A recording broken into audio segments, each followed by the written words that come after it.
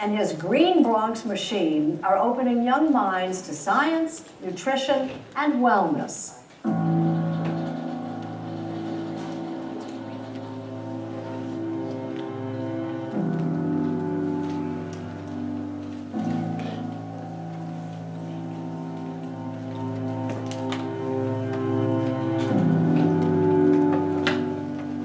For many communities, education is the priority.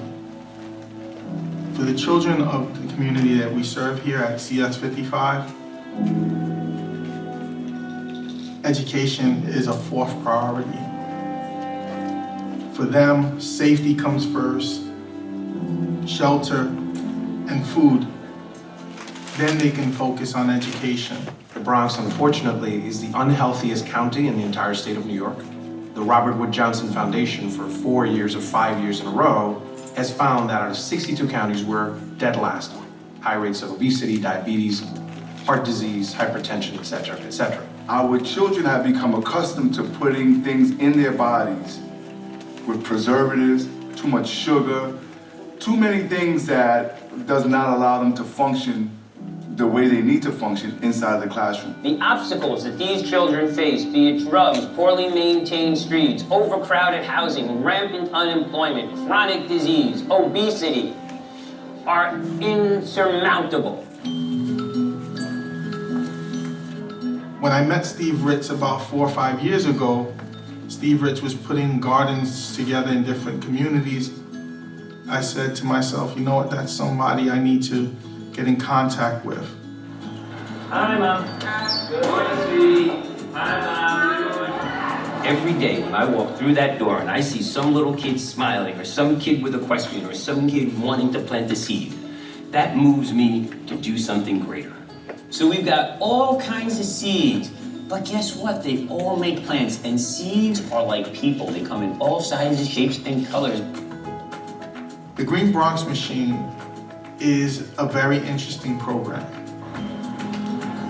When you teach kids where their food comes from, how to grow it, that a seed well planted can give you a crop of epic proportions, that's game-changing, not only in their personal life, in their academic life, and in their aspiration. We got some basil, I have some lettuce, I have some spinach, and in the least likely place to grow food, in the least likely community to have access to it, we are generating healthy school performance and growing happy, healthy, well-adjusted kids. We're proud to use our garden technology. And what we do with that technology is go from a box that weighs 15 pounds to a garden. What's gonna come through this tube in the middle? Water. And where's it gonna go? Up, up, up. It's gonna come into the top, and then when it comes out of the top, it's gonna hit this and do what? Go down, down, down, down. We're gonna go like this. Boom. Boom. See how it snapped right in? Here we go. Get them in, put the peppers at the bottom. I've planted more than anybody. When kids take care of their plants and understand the values and fluctuations of pH and chemical imbalances in the water, they start really grasping why certain things like too many sugar-sweetened beverages are dangerous for them. So really what I'm growing is awareness. 4, 5, 6, 7. 7 times 7 is 49. Students are starting to realize that there's mathematics in farming and gardening. For example, when they do the pH levels of the water. That's so cool. Or they're measuring a plant. This is about 3.5. Okay, but just look how dangerous that is. The students like science. The students are engaged with science. Let's have science be the engagement for the math and literacy work that we're trying to accomplish. One of the immediate results that we have is an increase in attendance rate. Students want to come to school because they're doing all this exciting stuff. It's really fun because I get to grow plants, and the best part is getting to cook it and eat it. Ooh. When kids learn that plants are living, breathing things just like they are, they tend to respect nature and themselves and their environment better and more. And they learn that they are part of a greater interconnected society. And my job is to create a rainforest, if you will. And most importantly, a program like this moves children from being bottom-end consumers to producers. And when you move children from being consumers to producers, you change their outlook on life and you change their orientation to life. My mom makes really good salad, but I have to tell her about this one. What gets me incredibly jazzed about this program in particular is that there is a strategic vision for changing these kids' lives and changing, by extension, the communities where they live. If we build this farm out, we can then provide foods to the community and start to change the mindset of the community through our school. What you do in four walls can be pushed as far out into the community as possible, and you can bring the community in. 2, 3. And that's what this is about. 1, 2, 3. Are you ready? 1.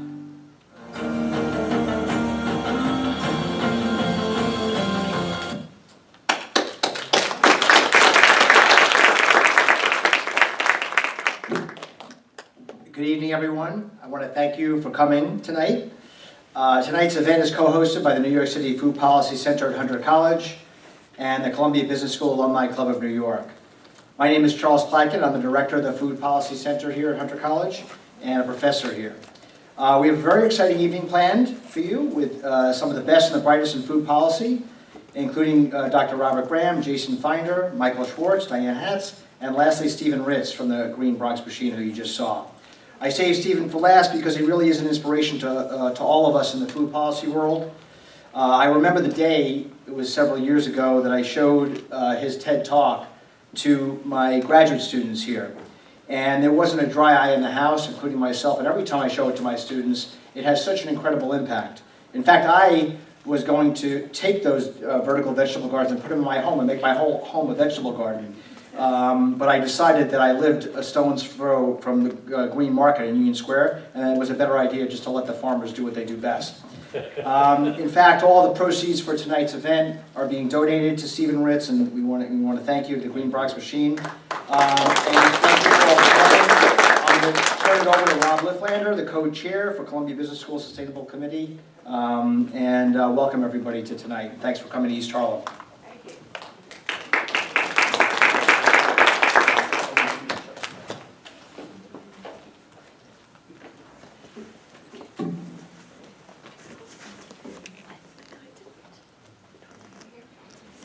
Well, thank you everyone for coming. So my name is Rob Lifflander. I am the co-chair of the Sustainable Business Committee of the Columbia Business School Alumni Club. The club's mission is to bring together both alumni and non-alumni for educational and networking events. The Sustainable Business Committee deals with such issues as food, energy, pollution, plastic, etc.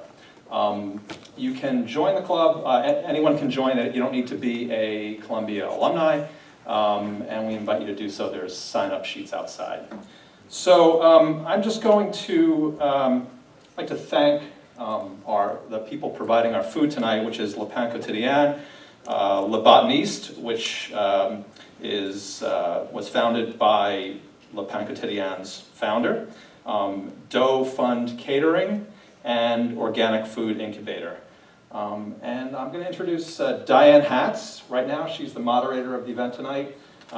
Diane is the founder and executive director of Change Food, whose mission is to develop creative projects, raise awareness, and move people to take action to change the food system. She's producing something called the Change Food Festival in New York, November 11th to 13th. And one other thing, Le Botaniste is the new restaurant that came out of Le Pain Quotidien. There are coupons outside, so I invite you to take them and try it. So I'll hand off to Diane. Thank you. Good evening, everyone, and thank you so much for coming. We're all laid back, so we want to make this a laid back event. We'll have a Q&A at the end. To start off, what I would like to do is have the panelists introduce themselves. So first we have Steve Ritz from Green Bronx Machine, Dr. Robert Graham from Fair Wellness, and formerly Lennox Hospital, Michael Schwartz from the Organic Food Incubator and BAO Cultured, and Jason Finder from Dishes by Dough of the Dough Fund. I keep wanting to say DOE, Jason. So let's start with you, Steve. Why don't you just give us a little background about who you are and what you do. So, good evening, and thank you all so much for your support. I am a people farmer. And what I mean by that is, I grow vegetables, but my vegetables grow students, schools, communities, and systemic change in marginalized communities. So I like to plant seeds, seeds of hope, seeds of opportunity, and make sure that my seeds, my children, reach their God-given genetic potential. Robert? Well, if you don't reach your God-given potential, you come to see me. I'm a practicing physician here in New York City. I'm born and raised in Jackson Heights, New York, where I had the great fortune of being raised by a dichotomous world, where my father believed in conventional biochemistry and my mother believed in complementary alternative or folk healing. So I pursued that upbringing into a formal fellowship in Integrative Medicine at Harvard Medical School, followed by a master's in public health, only to realize that addressing this chronic disease epidemic that we have in today's society has to be a community effort, a population health effort. One physician can't do it alone, so therefore I also followed the idea of planting seeds, and I opened up the first ever edible rooftop garden in a hospital. And I teach doctors cooking, how to cook, so therefore they can talk to their patients about healthy eating and cooking. And I just quit my job today. Wait, we'll get into that. We'll get into that. That's the cliffhanger. Okay, Michael? Hi, I'm Michael Schwartz. I spent about 20 years in the restaurant business, ignoring every possible tenet of nutrition, feeding people the fattiest, most delicious things you could possibly make. And after that, I started teaching cooking and nutrition and realized what I had done. And in 2009, my business partner and I decided that we wanted to do something that was a little bit healthier for people. So we started Badass Organics, which was founded as a kombucha company with the intent of making healthy lacto-fermented soda and getting fermentation back into, fermented foods back into people where they desperately needed them.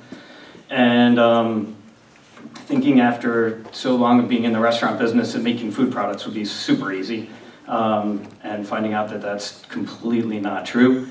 A few years later, in order to help a number of other companies avoid a lot of the mistakes that we made, started the Organic Food Incubator. So now we have two businesses, Bao, which makes a variety of fermented products, all certified organically, locally sourced as much as possible. And the Organic Food Incubator, which supports about 50 small food manufacturers in New York City. Great, Jason? Hi everybody, thank you for joining tonight. I'm Jason, I work with the Dough Fund. We're a nonprofit primarily based in New York City that operates a range of affordable and supportive housing, job training, and employment programs. My role there over the last few years has been to help incubate a series of sustainable, sort of mostly locally focused food projects. More recently, I've transitioned to a role managing our culinary training program and sort of existing catering social enterprise. And in that prior role, some of the projects, which maybe we can speak to in a little more detail later if it's relevant to the conversation, were an urban agriculture project, a bakery, and a food distribution project. And more recently, I've been also helping the organization to kind of coordinate a proposal to the state of New York to redevelop a former prison in Beacon in sort of the southern Hudson Valley into a kind of campus of sustainable businesses that would be focused on training and employment and connecting sort of upstate farmers to communities down in the city and throughout the Hudson Valley. And I guess in the interest of, though I'm primarily here to represent the Dough Fund, in the interest of kind of shameless self-promotion and in case it's relevant to the conversation, I also chair the board of Bushwick Food Cooperative, which is a small kind of member-owned grocery store in Bushwick, helping to sort of increase access to affordable, healthy food in that community. I've been working on a project to sort of organize, I guess, sort of young, kind of semi-back to the landers with an interest in small business. So in case any of that becomes relevant, I'm happy to sort of speak to those as well. So can I ask you, what is a semi-back to the lander? We're still figuring it out, but right now it's farmers, natural builders, which is sort of a form of carpentry, but basically anyone that's interested in sort of using local materials that can be grown sustainably and sort of producing some kind of essential good, whether it's sort of a homestead model or kind of a small localized economy model. Okay, fantastic. So panelists, I think you know that you can ask each other questions and jump in and You know, this is free form, so we don't have to stay formal. A couple of us have been doing a bunch of panels together, so I think we should all be friends by now. But Steve, let's go back to you. So you have Green Bronx Machine, you work in a school in the Bronx. So tell us a little bit about what you do with the kids and the impact it's had and that type of thing. Okay, so thank you. I started my work with overage, undercredited kids, the very TED Talk that you referenced, and kind of had this epiphany that segs well into what you're doing as well, is that simply put, it's just easier to raise healthy children than fix broken men. In the poorest congressional district of America, obesity is now the face of hunger. And with obesity comes a variety of poor performance indicators, including self-esteem, absenteeism, bullying, all kinds of things that really influence a kid's success on a day-to-day basis, but long-term. The fact that most kids have a 7-year or less life expectancy in my community really troubles me, than one just 2 miles away. So what happened is I wanted to take this after-school program, if you will, and embed it into the whole notion of school. Not be the fun after-school guy with a cool program, but literally the art and science of growing vegetables aligned to content area instruction to generate whole health performance aligned to personal academic success, aligned to school system success. So Diane always likes me to talk about data. I hear her saying data, data, data. With my older kids, we took kids from 40% attendance to 93% attendance and 100% graduation rate. Just say that again slowly so people really get that. From 40% to 93% attendance rates with 100% graduation rates and post-secondary training or living wage jobs. Now this is growing food. In a community that has limited means and limited access to it. Along the way, we've partnered towards 2,200 local jobs, which is also mind-numbing. You know, this whole food explosion, local, hyper-local, high-quality food preparation, you know, urban farms, if you will, has really been an explosive industry. Most importantly for my kids who can then segue into college, because I'm now partnering with the State University of New York on a pre-K to post-12 program, but really for second opportunity adults as well, who have had limited means and limited access to it. Let food be thy medicine and medicine be thy food.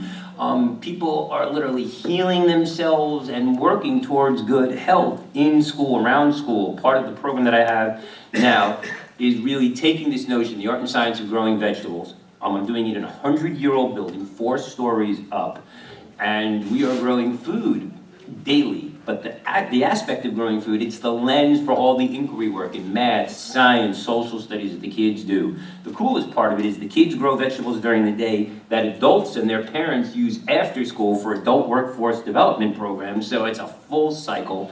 And I'm just blessed, honored, and privileged to be able to do the work. In the 2 years we've been at the school, behavioral incidents and out of class time has been reduced by 50%, which means teachers are teaching and students are learning, and kids that used to run the halls for weeks at a time are now working feverishly for the privilege of getting on a bicycle blender to make a strawberry smoothie that they've grown in school in line to both competence and compliance on a daily basis. So it has been a blessing. On 5 of the 10 critical school indicators from the New York State Department of Education, we've moved from developing to proficient, which is also awesome. Our New York State Department of Education. What does that mean? Because we're not teachers. Okay, so what does it mean? Well, developing means you are developing. I don't want to be. Is that like an ABCD scorecard? Yeah, that's our report card. So schools that are developing either become failed and closing schools, or they become proficient schools. And I'm proud to say we are now becoming a New York City showcase school, which is awesome. Wow. In fact, we just had the U.S. Department of Agriculture Dr. Katie Wilson come visit us and thinks it's a model program. But kids are performing. They love growing food. They love being involved. And if kids eat it, they grow it. With older kids, you know, you tell them to eat their kale. They grow it, they eat it. If they grow it, they eat it too, yes. With older kids, you know, you tell them to eat their vegetables and say, that's great. I want cell phones, sneakers, and sex. You tell little kids to eat their vegetables and they can grow it in school. They're like, cool, yummy, yummy, and it's game changing. And they develop habits that stay with them for the rest of their lives. Okay. I have a million more questions for you, but I want to get everyone, and then we can hopefully have it come. Ritz more, I don't want to hear it. Oh, no, Dr. Graham, because you were going to explain to us what integrative medicine is and why you decided to be an integrative medicine doctor. What do you call yourself? Yeah, that's a good name to call myself. So I do integrative medicine, and I gave you a little bit of a background of what my early life was like. So for me, growing up in Jackson Heights, there was no such thing as conventional medicine, non-conventional, complementary medicine, or alternative medicine, or integrative medicine. It was just caring for thy neighbor. I had the great fortune of being raised by a woman that, for some reason, people came to see. Never really formally trained as a healer, but I think she had something.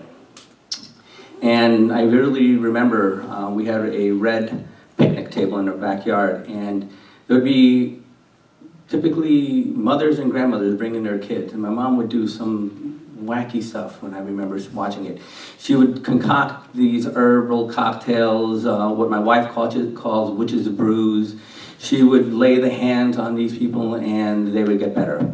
But then there was also this kind of community of complementary healers in our neighborhood.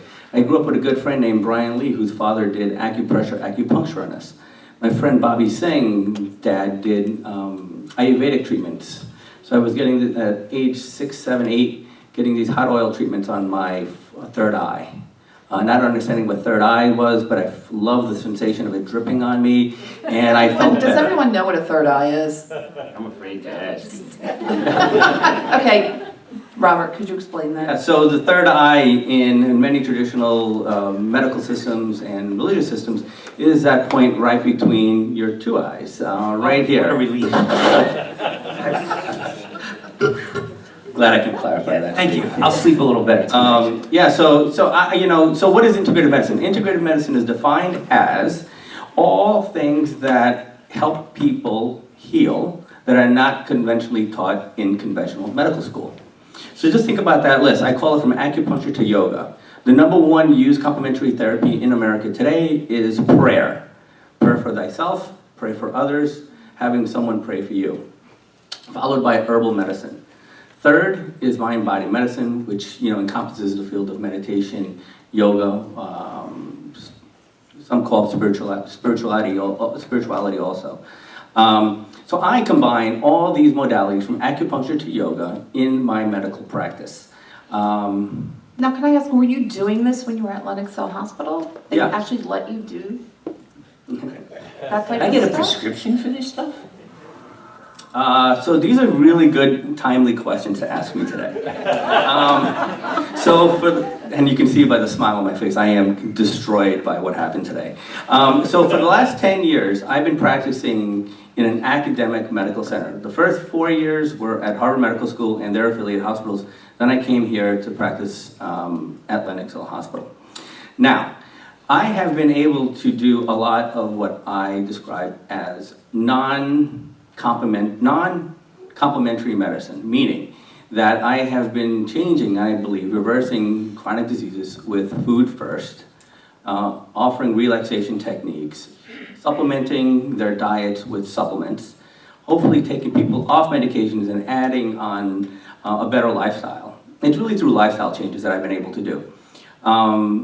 And I have been farming out my complementary providers. So I have a huge network and would love to find more people, if anyone's in the audience, of acupuncturists, yoga teachers, nutritionists, all other people that I really have a hand in healing and not in their traditional conventional medical world. Okay, so we're going to save what happened for a few minutes. You guys have to hold on. So let's go to Michael. So Michael, can you tell us more about the Organic Food Incubator? Like, what are you doing there to help companies?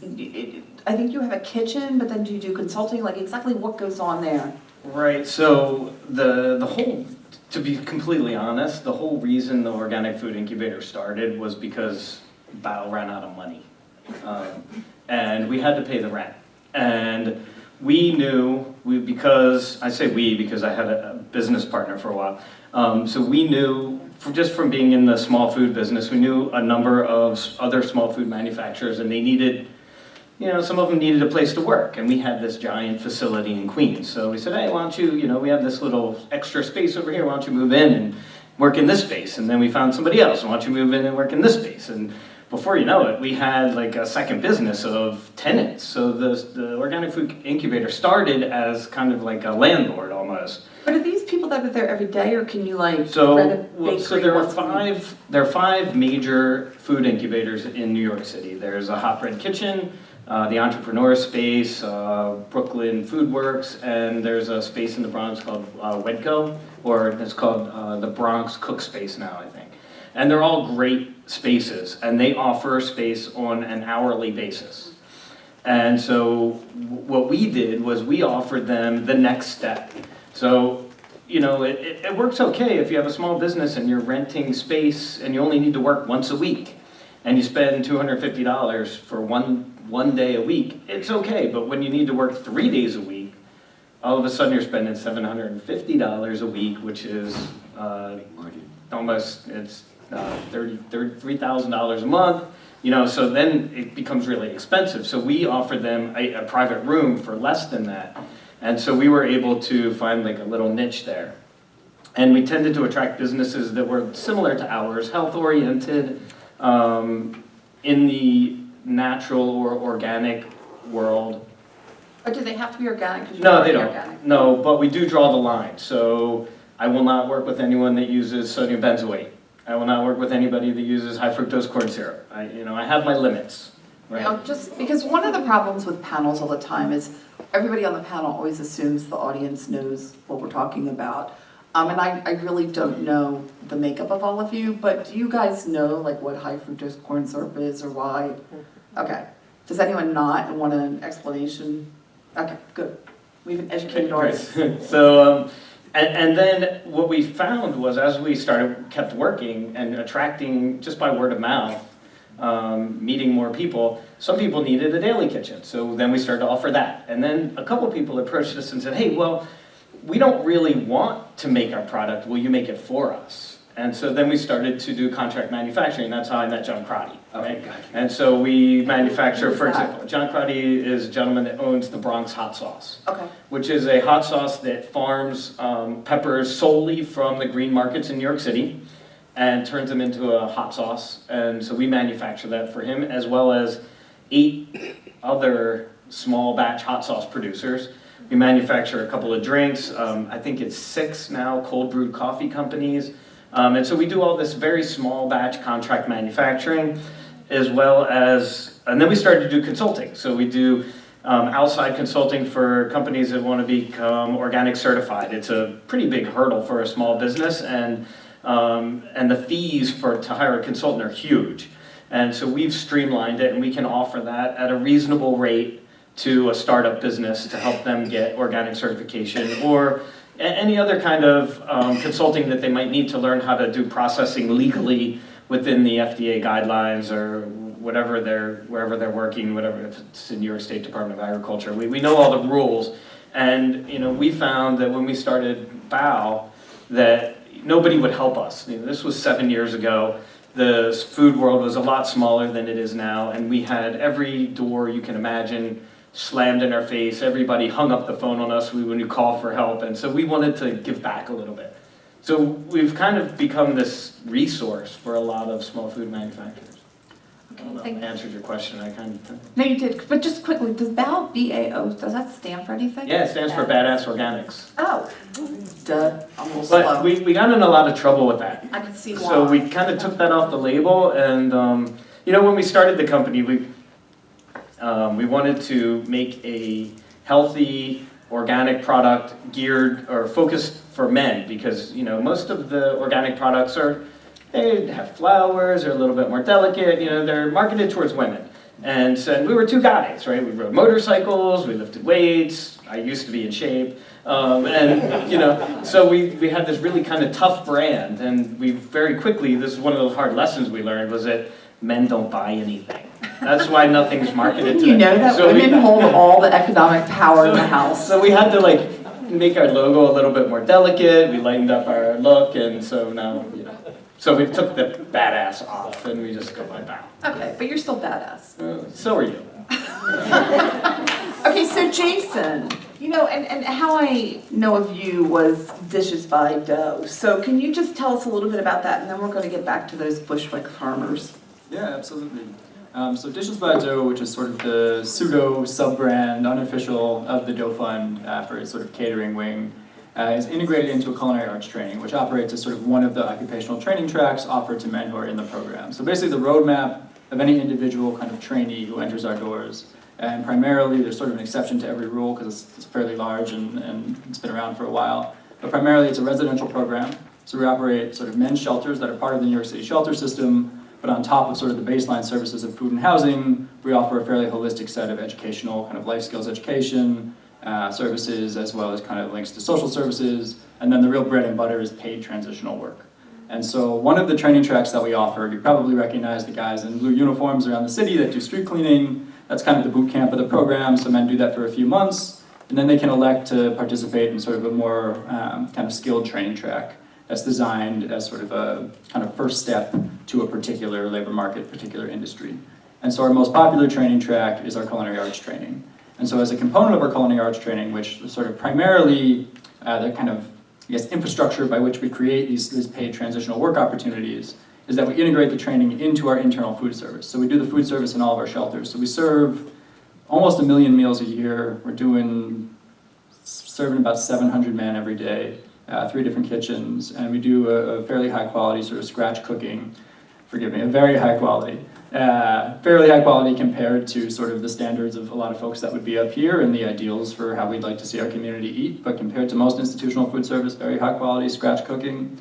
And we do 3 meals a day. And so over the last couple of years, we introduced a catering service that operates as sort of a social enterprise. So rather than just serving ourselves, we now also serve outside clients. And primarily we're serving sort of nonprofits, peer institutions, and public agencies. But we are experimenting with a couple of other business models. And I was not the one who sort of incubated that project. The other projects that sort of have a little bit more of a kind of core sustainability focus were projects I sort of introduced and helped to build within the organization. And so the catering is something that I'm kind of more recently joined up and I'm helping to manage now, and we're hoping to sort of introduce some of those principles. So we actually just, tomorrow we'll be receiving our first whole cow, which was ordered from a project that's doing farm to institution local beef, and we'll be using that in some of our catering, so we're working on the sourcing and all of that as well. Where's your cow coming from? It's coming from, I believe, the Catskills. It's a project called Slope Farms. I believe Upland Beef is also sort of a related label that does a little kind of higher end retail and restaurant sales. But Slope Farms, I believe, is the sort of operating name for the farm to institution work that they're doing. Cool. Okay, so for the 4 of you, because I don't want to keep going one. The reason we're here tonight is to talk about building strong communities through food, and each of you, are doing slightly different things, but can you just tell us like how you feel that you're impacting your local community, and then secondly, are you or can you see your work going outside your community to a broader like national level or regional level, global? Steve. Okay, so the first thing is funny because my notes listening to everybody speak was the big circle around community.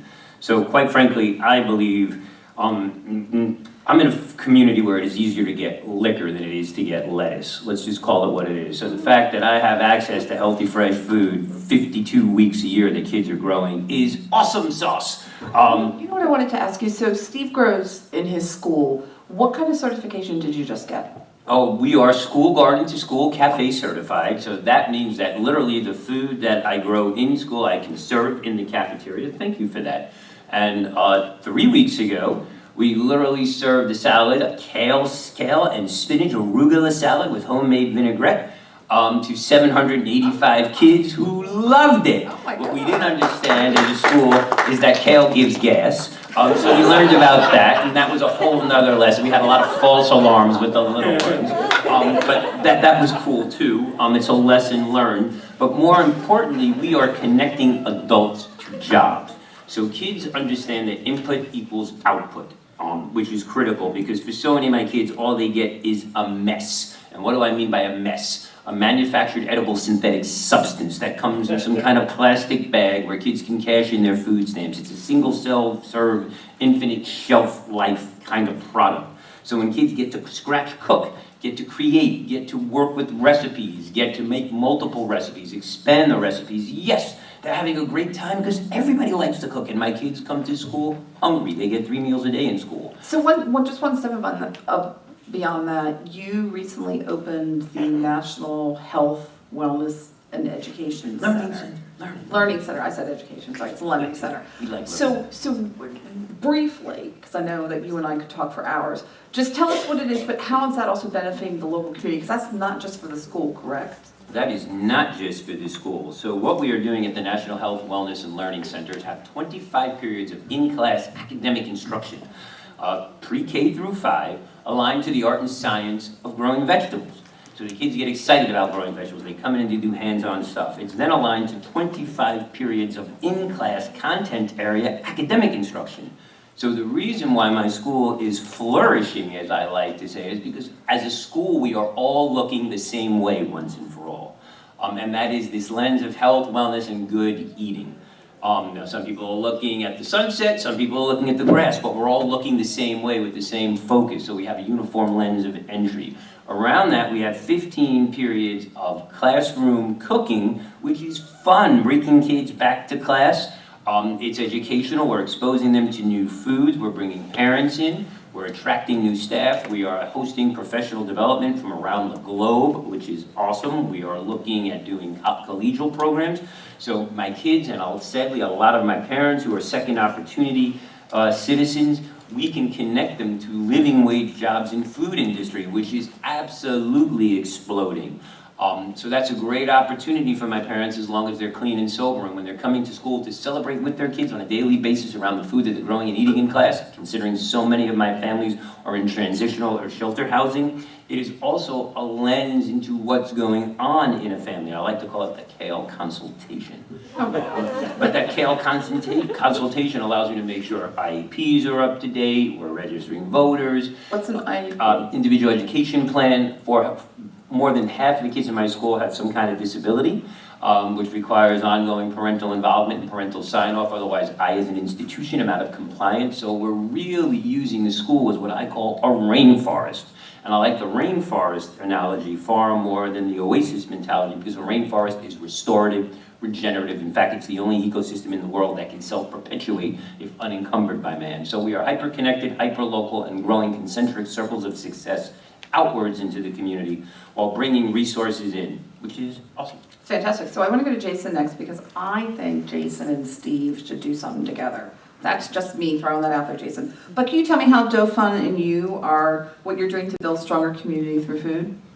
Yeah, absolutely. I mean, we have a fairly multi-pronged approach, so I think there's a lot of ways to sort of dissect that question. But in the interest of time, I'd say primarily we're sort of, with the work that I've been involved in most directly there, we're kind of exploring this intersection of community health, sustainability, and economic development, and trying to do it in a way that's sort of holistic and includes sort of engaging with poverty. And I think one of the really big challenges of kind of the local food movement, economy, whatever sort of terminology or sort of lens you prefer, is that the nature of the economics of quality, responsibly produced and distributed and consumed food is such that the costs are just objectively a lot higher. It's also, this is a personal bias, but it's probably a fairly distorted marketplace. And so it becomes very difficult to sort of integrate access from the consumer angle or integrate sort of upward mobility from the labor angle when you're trying to also address sort of environmental sustainability and health in your food supply chain or in your food chain.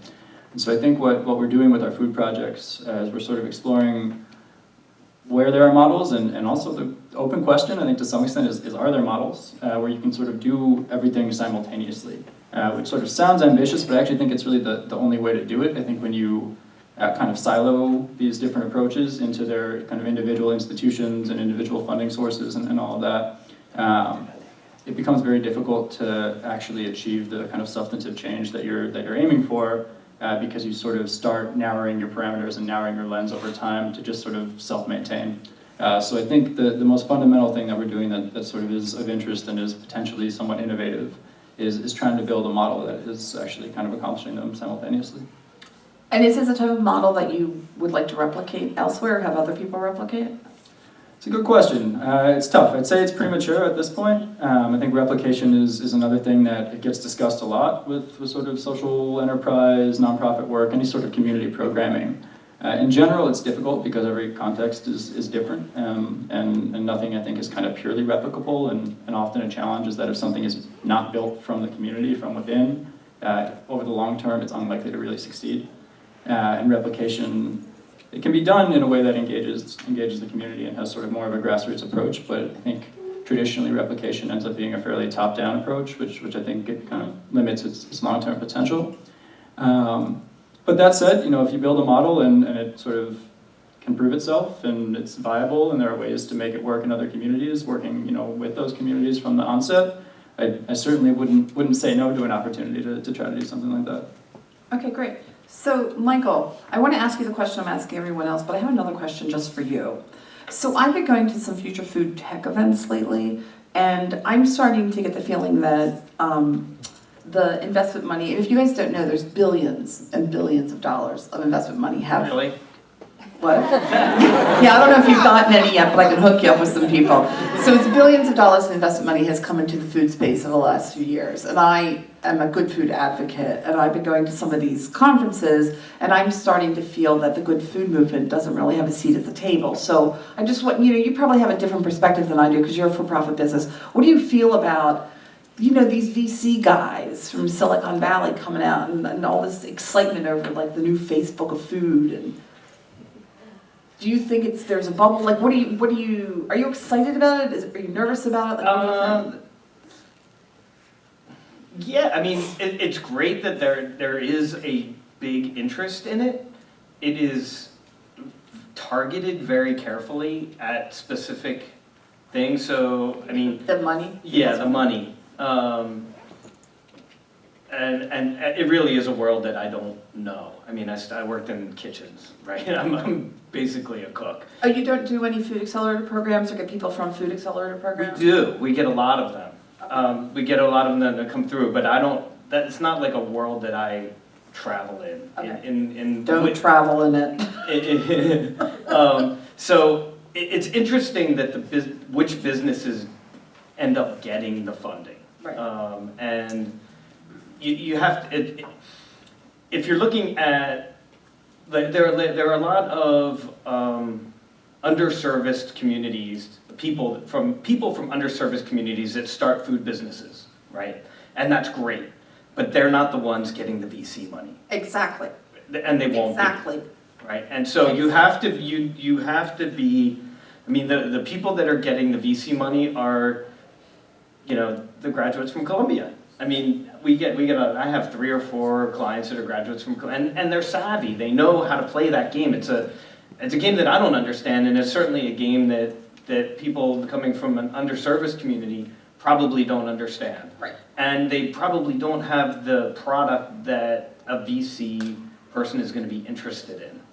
So it's kind of a strange dichotomy. Not to say that they can't be really successful, and there's a huge place for them, and it's fantastic. I mean, and there are, the other incubators in the city most of them, I think, are city financed, and part of their funding comes from offering services to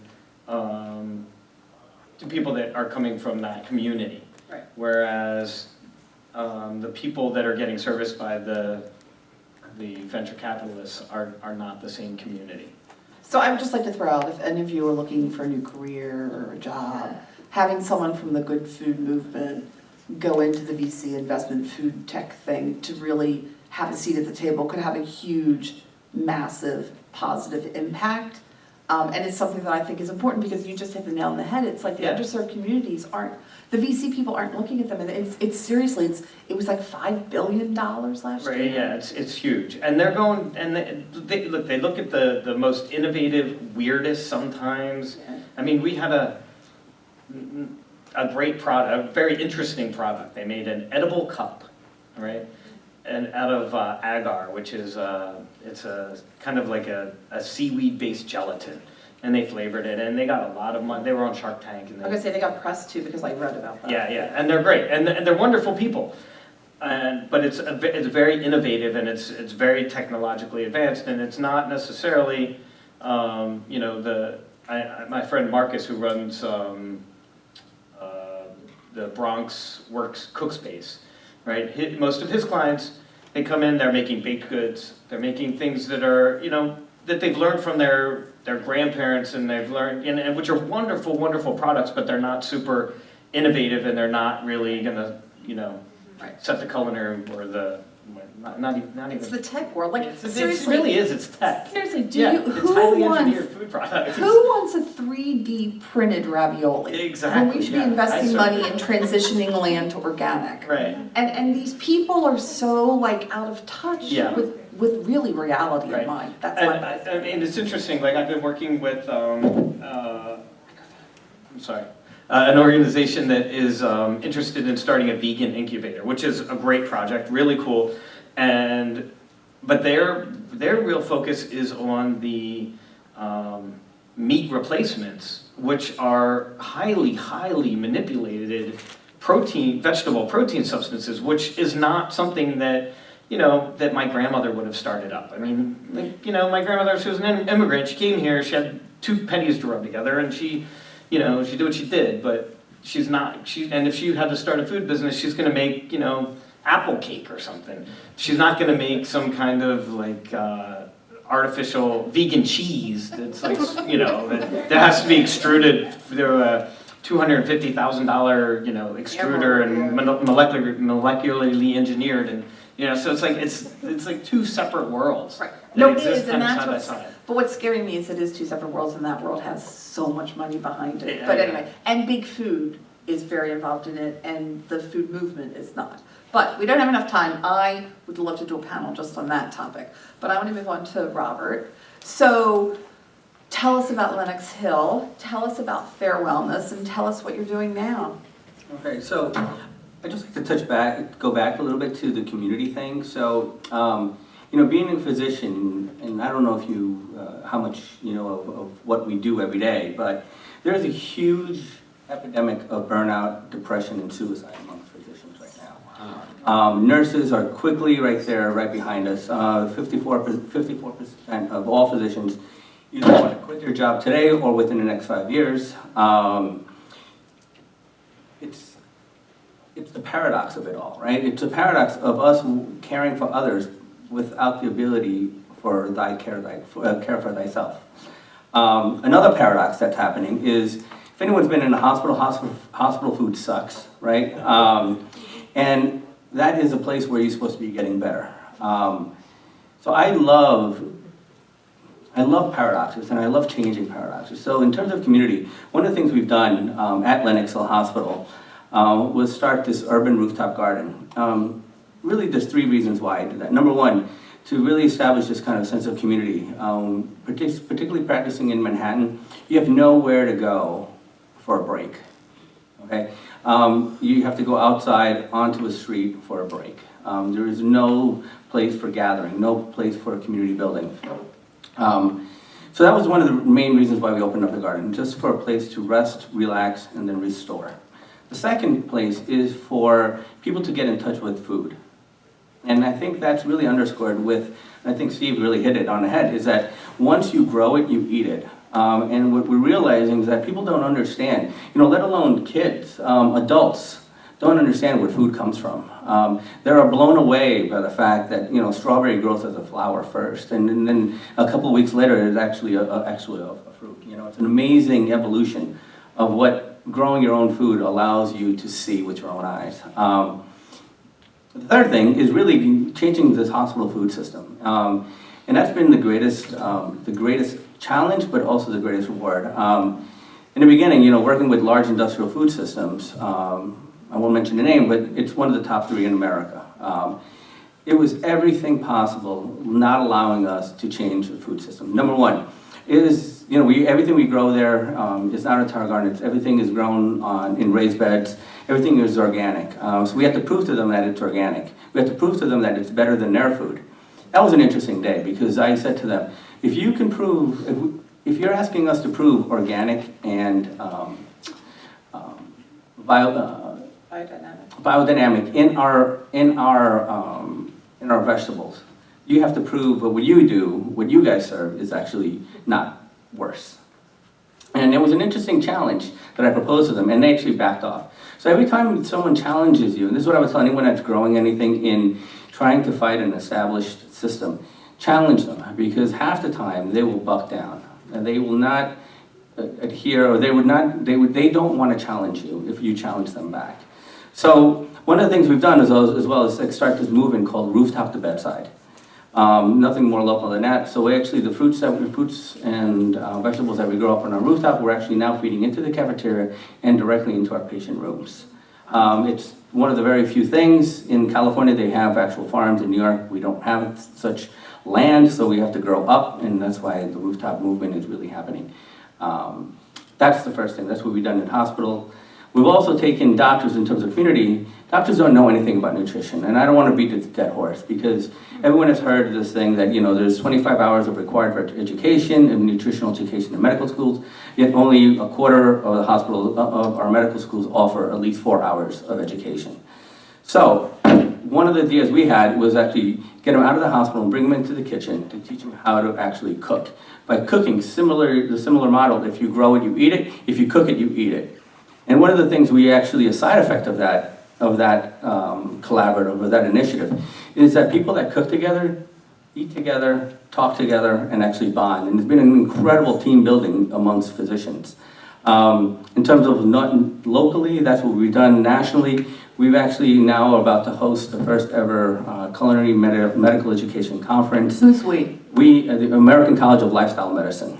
There are 600 doctors that are very interested in this movement, and we just published a paper called Culinary Medicine. So now it's actually defined in the medical literature as a field of lifestyle medicine, culinary medicine. Very cool now on the actual medical literature landscape. Is this what you're writing a book about? So this is what we're going to be partly writing a book about. So one of the things we're doing lately, we, meaning my wife and I, who is actually the brainchild of all this ideas, simply because she saw what I went through in medical training. I was eating out of vending machines. I was not working out. I did not have a meditation practice. I was a complete wreck. And if you live, if you're a doctor and you are a wreck, you cannot be caring for your patients, point blank.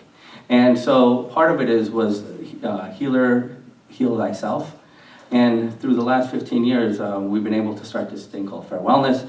Now, we are starting and launching a new business opportunity, working with large food industrial manufacturers, restaurants, caterers, bringing food back as medicine. Nothing sexy, nothing I think techie. that's sexy. Oh, I think it's sexy.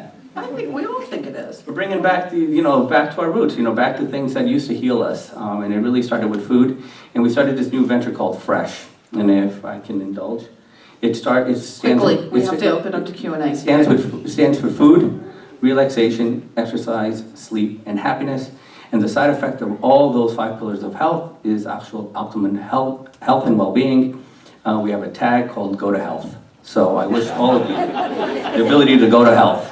That's great. Okay, so I'm going to throw a question out for you guys, but we're opening up for questions. I just want to know if anybody here on the panel, can you think of some things people could do, like especially people in the audience, to contribute to the health of their community? And just jump in. And then if any of you have questions, just raise your hand. Shop local. Please, dear God, shop local. What if you have nothing to buy local? Like what if you live in the Bronx? So, well, what we are starting to do is actually create our own little local economy. So I'm loving, I took down some notes about Wedco, there's some other things, but eat more plants. There's things that you can do. Know where your food comes from. Just eat more plants. If you can't buy local, buy responsible. Ask questions. It's good, Steve. Drink water. Gretchen? Oh, Mike's coming. Yes, you got to talk Not about Mike. someone named Mike, a microphone.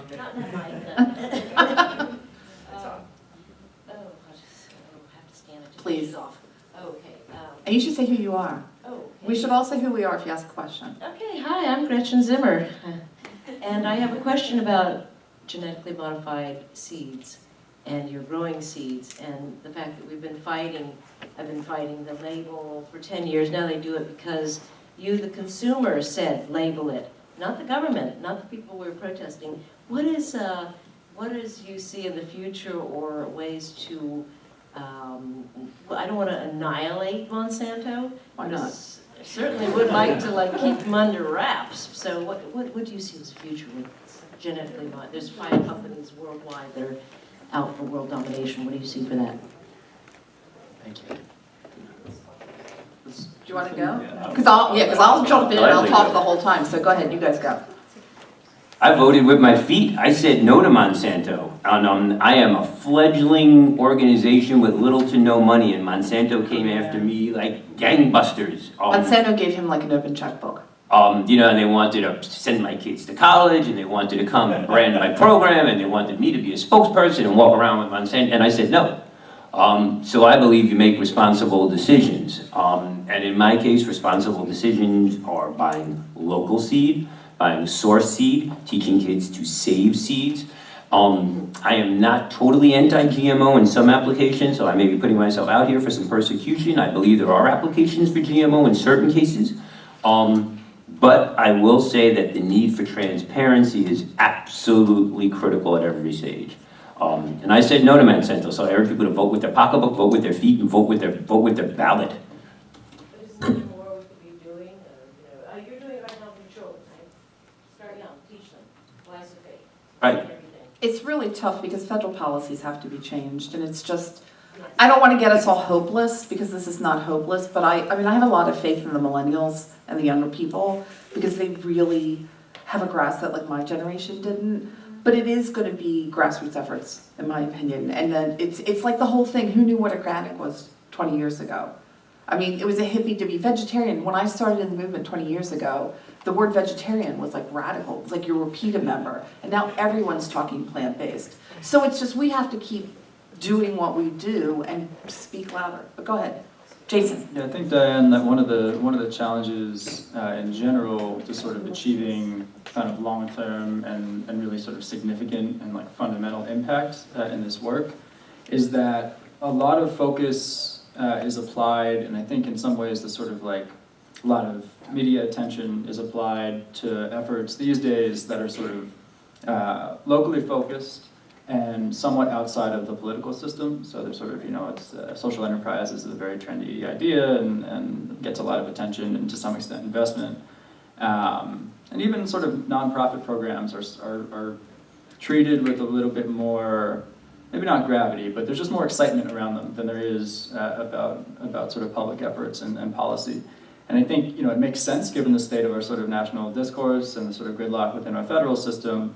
But I think one of the really important things that sort of my peers and I have to keep in mind as we sort of age into this world is that it can't really be one or the other. It has to be both simultaneously, which is really hard because a lot of people are expending a lot of energy that they really don't have in but one or the other approach.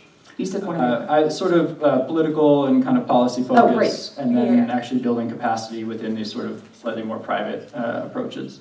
And so I think it's not one or the other because both are necessary, and it can't be sort of exclusively one or the other. I think a lot of folks get sort of siloed in one camp. You either work for an advocacy group and you're trying to change some sort of state or federal policy, or maybe working at the local level, potentially having a little more success if you are.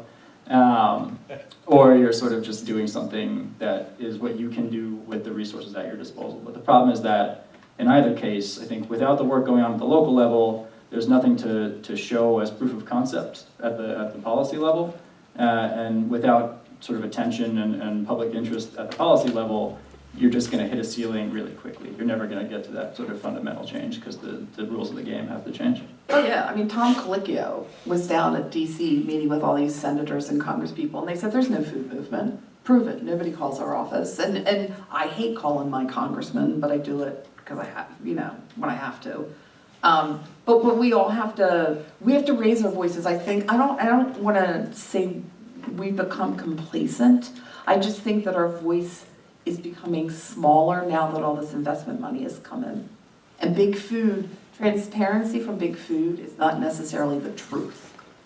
think we also like to, well, maybe not like to, but I think there's a tendency, because we're so bombarded with sort of images that we self-curate these days, we think we're sort of more powerful than we are because all of our friends are posting about something we care about. You don't realize that nobody else cares about it.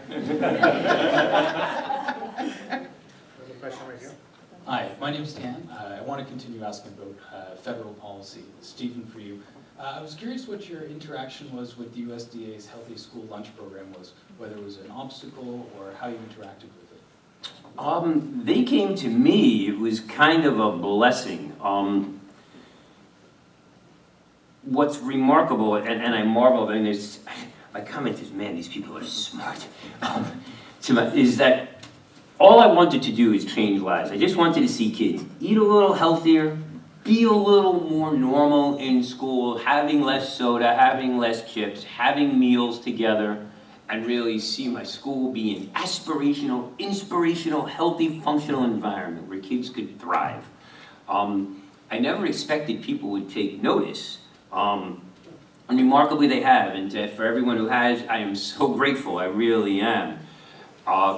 Interestingly enough, I haven't been able to translate that interest and some real proof of concept into any kind of fiscal support, except from people who want to take it and brand it their own way, like Monsanto. So it's been rather remarkable, and that's probably a whole nother, that's a whole nother conversation. But what USDA and school food? But the USDA and school food, seeing that kids really enjoy growing food, they came to me. And that was a blessing, to be able to welcome them in and say, this is what's working and this isn't, was a blessing to me. It's a very preliminary relationship. It was amazing because when the undersecretary came to school, the Secret Service didn't even want to let him walk up the block. And I'm like, well, this is my block. We walk this every day, and you're here during daylight. So imagine what it's like to come early and leave late. So understand what the obstacles are. What do you do when you walk home late at night and you're hungry? Much less, and without a couple of big guys with guns and, nice SUVs to make sure you get here. So the fact that the USDA is talking to people like me, I love.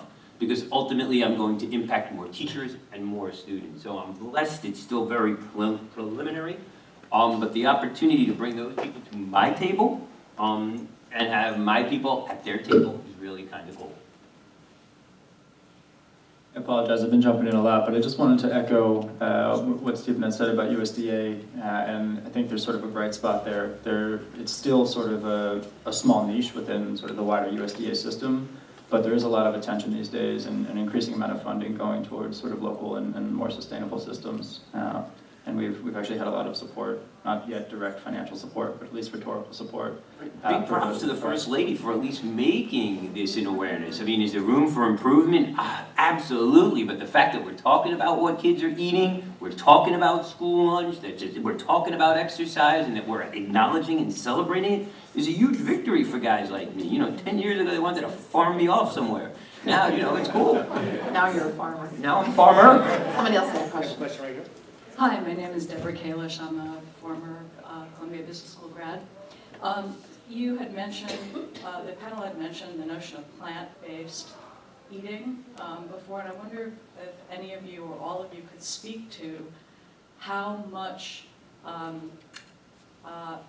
your programs or education or teaching involves people understanding where their meat comes from and the challenges, the health challenges associated with eating too much of it, not to mention the environmental impact of the meat industry. So, if I could jump in, all my classes that I've ever done from a culinary point of view have been on Mondays to support a Meatless Monday campaign. It's a simple way for particularly, now remember, I see patients when everything has been broken. Right? Rarely do people just swing by my office and say, hey doc, everything is great, nice to see you. Right? So it's usually because of something they come to me. And if you've seen the literature, 80% of all chronic diseases are 80% preventable with food and lifestyle changes. I would argue 80% of diseases are reversible with lifestyle changes, particularly food. You change your food, you change everything. And what food am I talking about? And I think you've heard it before, and I've said it before, plant slant. I recommend a whole food plant-based diet simply because a lot of the literature has come out in positive for it. positive for it.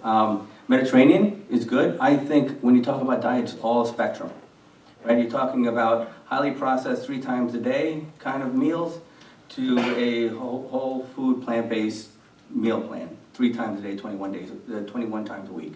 So for me, seeing patients, when you slant towards plants, you actually are healthier. When you slant towards processed chemical foods, you get sicker.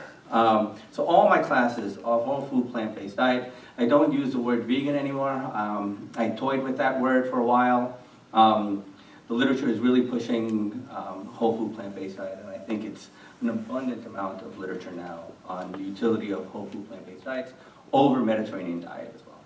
So I think your calling card is going to be slant towards plants. It's a great tagline. I like that. Anybody else? You know, it's interesting because I've been teaching now for over 30 years, and while there's always been an obesity problem, what I'm seeing now, particularly in the last 10 years, is this onset of child puberty at such a younger age. I have standard protocols in my elementary school for 2nd and 3rd graders going through puberty. And that didn't happen 10 years ago. It didn't happen 20 years ago. I think there's a lot of traumatic stress and environmental stress on kids, but I tend to believe a lot of it is just all this meat and highly processed food that kids are eating. You get into what's in the meat. It's what's in the meat, exactly. It's not the meat, it's what's in the meat and how it's being produced.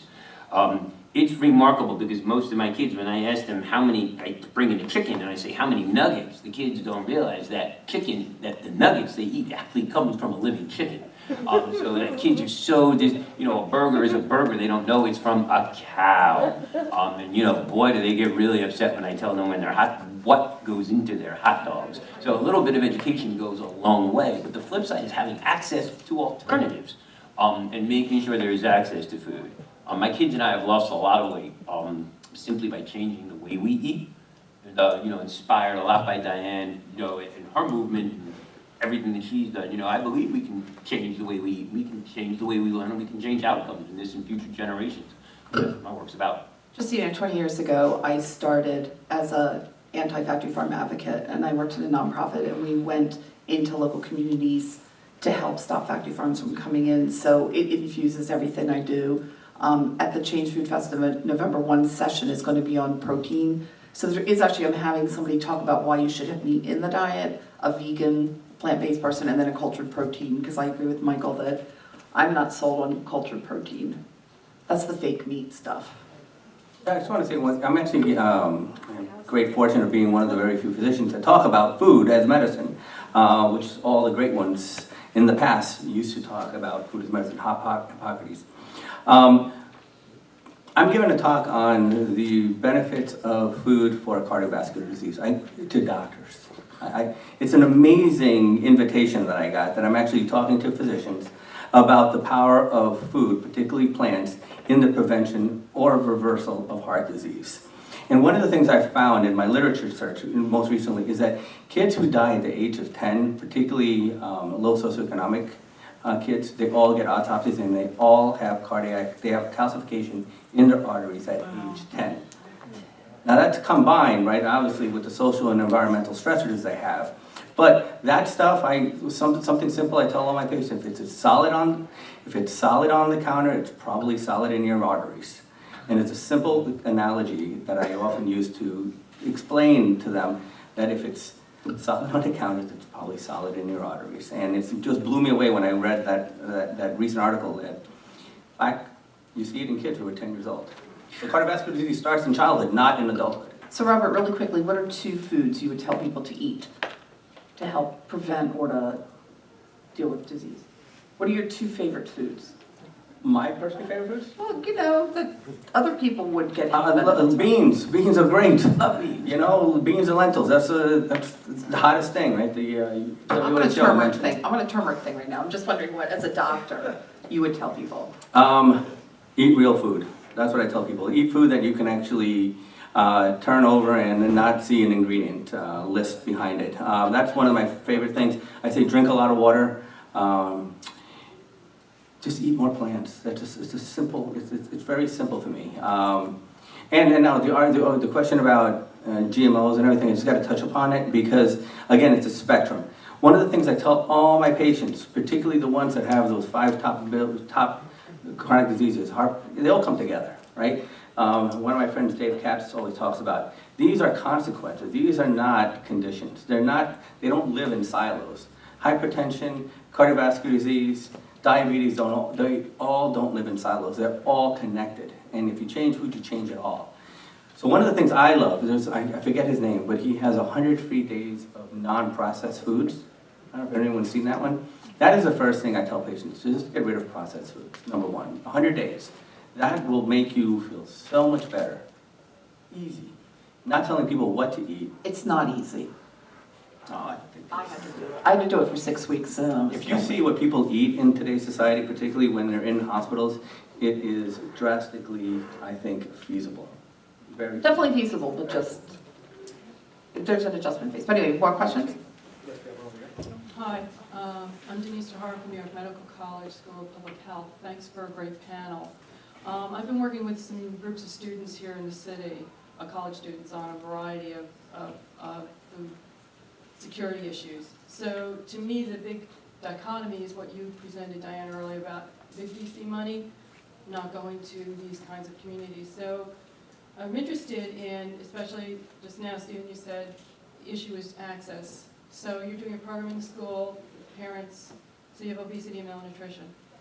So what are your recommendations for some of the things that you have worked to get that community interest, to generate it, that we can scale up these programs and expand them into the communities? You're all doing some marvelous things.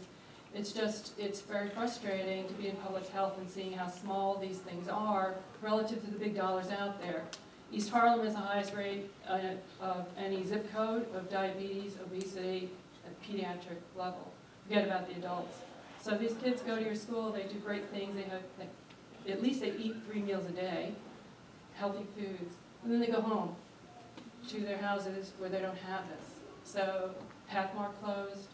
In Washington Heights, there's 119 square feet per person versus 750 in other parts of New York City, groceries or supermarkets. So what are some of the things that we can be doing, some ideas that I could be working with my students and I could be working with other communities to generate the commitment and the interest in these kinds of things that you're all doing, because they're all, each and every one, great to help us a little bit more, be more healthy. So I have a crazy idea, and I'll be really quick, but this whole thing with investment in VC funds, it's all new. It's really on the last year or two. So if your students, did a project, have them get in touch with investors and say, this is what you should do and why. Have them put together a proposal about why. I voted on companies to go into a food accelerator program, and one was these 4 white, Yale graduates living in Bed-Stuy, and they had this farming program, and my comment was, why don't they give that program to the local community instead of making money off the local community? But we all have to speak up. So that's just my thing from my perspective, is students are very active, and this bringing together of the investment money and the advocacy, it's just now, we're just now starting to, not butt heads, but to see where we're going. So it's a prime opportunity to do something new and creative. I say vote. Vote with your fork and vote with your feet.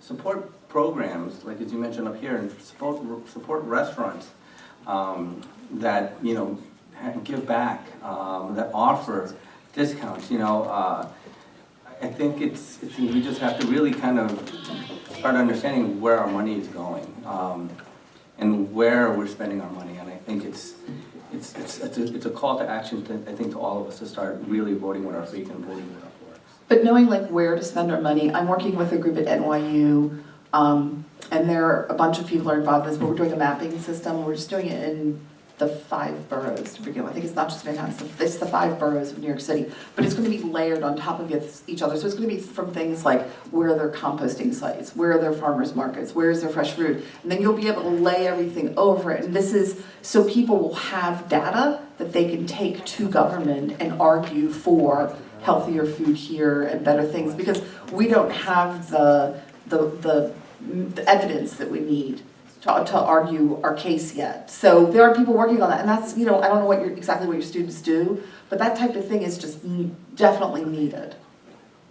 I mean, for me, it's just the simple act of teaching little children to grow food and that you can grow your own food is a game changer because they now know what food is and what food isn't, and that impacts decisions that they make for the rest of their lives. We're living in remarkable times too. The power of these things, phones. I mean, 20 years ago, we wouldn't be sitting here at Columbia talking about food policy. This would have never happened. So the ability to amplify our voices and hold others accountable is really critical and important. We have this whole economy up in the Bronx that's designed to alleviate poverty. And I argue, quite frankly, that it's a fake economy that's only exacerbated poverty and kept poverty exactly where it is. And the fact that people are actually now talking about it and moving out of it and addressing it internally and celebrating those successes is something that we never saw before. So I am the CEO, Chief Eternal Optimist of Bronx County, and I think things are getting better, but it's up to us to celebrate what's getting better and call out what's not working. But the simple act of growing your own food, man, is game changing, if not for you, for little kids who then know that you can't bring chips into my class, you can't eat soda, you can't even have it in your book bag, and that's okay. That's gonna inform habits for the rest of their lives. Okay, so we have three more questions, and then we're gonna all have a good, sustainable food party outside. Hi, my name's Emily, and I work with Red Rabbit here in East Harlem, actually. So Diane mentioned several times the good food movement. I was hoping you could clarify a bit as to whether you mean good as in higher quality food or good as in food that is helping the community in a certain way, like accessing a community that doesn't have it. And Jason, I think, touched on this to some extent, saying that ideally both of those things would, we should look for solutions that work on them together. At the same time, how do you overcome the issue that better food costs more?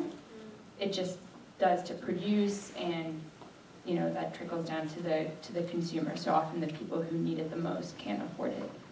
Thank you very much. So with good food movement, I just use that term because saying the sustainable food movement confuses everybody. With good food movement, it's all of the above. I believe everyone everywhere has a right. Like we have a right to air, we have a right to water. Everyone has a right to safe, delicious, healthy food. So good food movement are people who are working toward healthier food for everybody. When it comes to the cost of food, I have somebody I've just invited to speak. He lives in Detroit. He works with African American farmers, and they have developed a system. It's a buying club, and what they're doing is they're able to make deals where the farmers aren't losing money, but they're selling it wholesale. So people who don't have as much money are able to buy healthy food at a much reduced cost. The reason I want him to speak is I want the country and the world to know what he's doing. I want it to be replicated. So there are people who are doing things. It goes back to we're all grassroots. We don't have money. We don't have, Ogilvy and Mather's advertising budget to let everybody know what's going on. So it is happening. It is possible. The thing about when Food Inc. came out, and there was a family that went to a store and they couldn't buy a certain vegetable, and it turns out they spent $6.83 on their meal. I went around, I had someone go around, and you could do a completely balanced, nutritious meal for less than $6.83 a meal. There was a graduate student in NYU Food Studies who's written a book with recipes that are, I think, $5 or less. It can be done. You have to cook. That's I think the biggest problem is a lot of people are working 3 or 4 jobs. It's really difficult, and this is why everybody is invited to be part of the movement. We don't, I might have been doing this for 20 years, but I don't have the answers, and one of you guys out there might. So we all need to work on this together. And last question.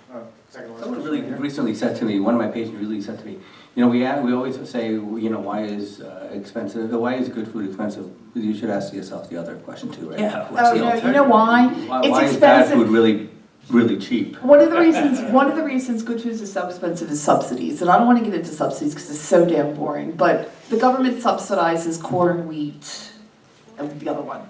But that's why we have high fructose corn syrup, we have all this really unhealthy, overprocessed stuff.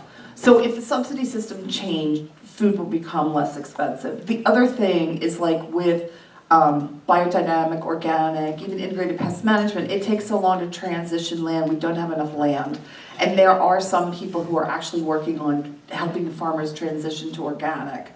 It takes 3 years, you know, so there are things underway, we just need a bigger groundswell. We need people like you to raise your voices. Diane, I also just want to point out, and this gets back a little bit to the question of scale with sort of community food access efforts, is that in addition to sort of the kind of rules of the game sort of being unfavorable to community food efforts and healthy food in general, which I think is basically a policy issue, which is a cultural issue, getting back to what Steve is doing with kids. So the earlier it starts, you're teaching them to vote and teaching them values that are going to result in better policy, then that's how it happens in the long run. But even in the short term, there are some pretty drastic inefficiencies in the food supply chain for alternative foods.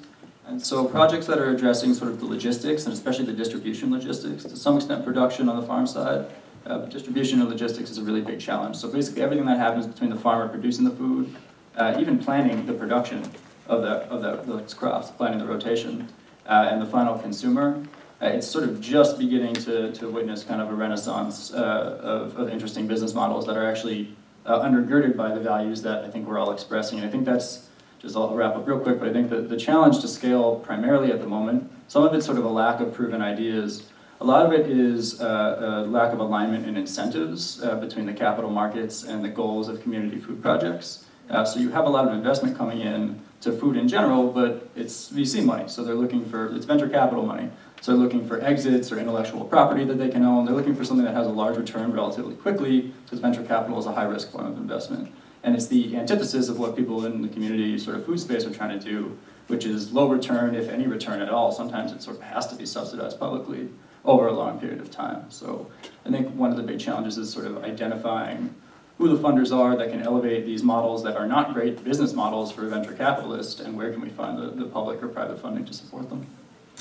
Hi, my name is Henry Reinhardt. I'm a restaurateur here in New York, and I've been following the work of at least more than half of this panel for many, many years, and I've worked with Steve in the school space a lot. And I just want to say this is our social justice issue of our time. This is our civil rights moment. Absolutely. And what Steve is saying is we have to bring food into every single one of our lives in a completely different way than we have been, because we can't afford to go the way we are. We haven't said dairy, but we should add dairy wherever we add meat.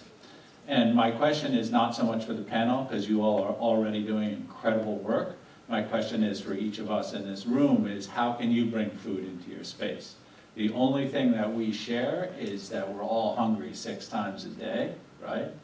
And what are we doing about it? And this is very much growing and preparing food and treating food production and food service as the most elemental question in our economy. And really my question is not a question, it's a question for the audience, and a huge thank you for all of you for doing incredible, incredible work and a great panel. Thank you. We have one last question.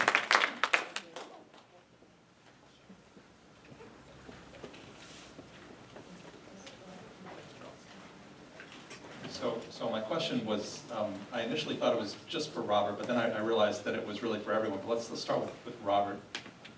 I can only imagine that you have pleaded with the administrators of the hospitals you've worked at to improve the food. And I'm just wondering, maybe without naming any names or divulging too much, what those conversations went like, and you know, what kind of resistance you ran into, what kind of rationales or excuses or you know, objections you ran into. But then I think the bigger, so for Robert, but then the bigger question is, you know, all of you guys must have dealt with New York City politicians, administrators, bureaucracy, and I'm sure you've pled your case with them. So I'm just wondering, sort of, you know, since, as we've discussed, it's the powers that be, it's the politicians who collect our taxes and distribute that in whatever way they feel fit.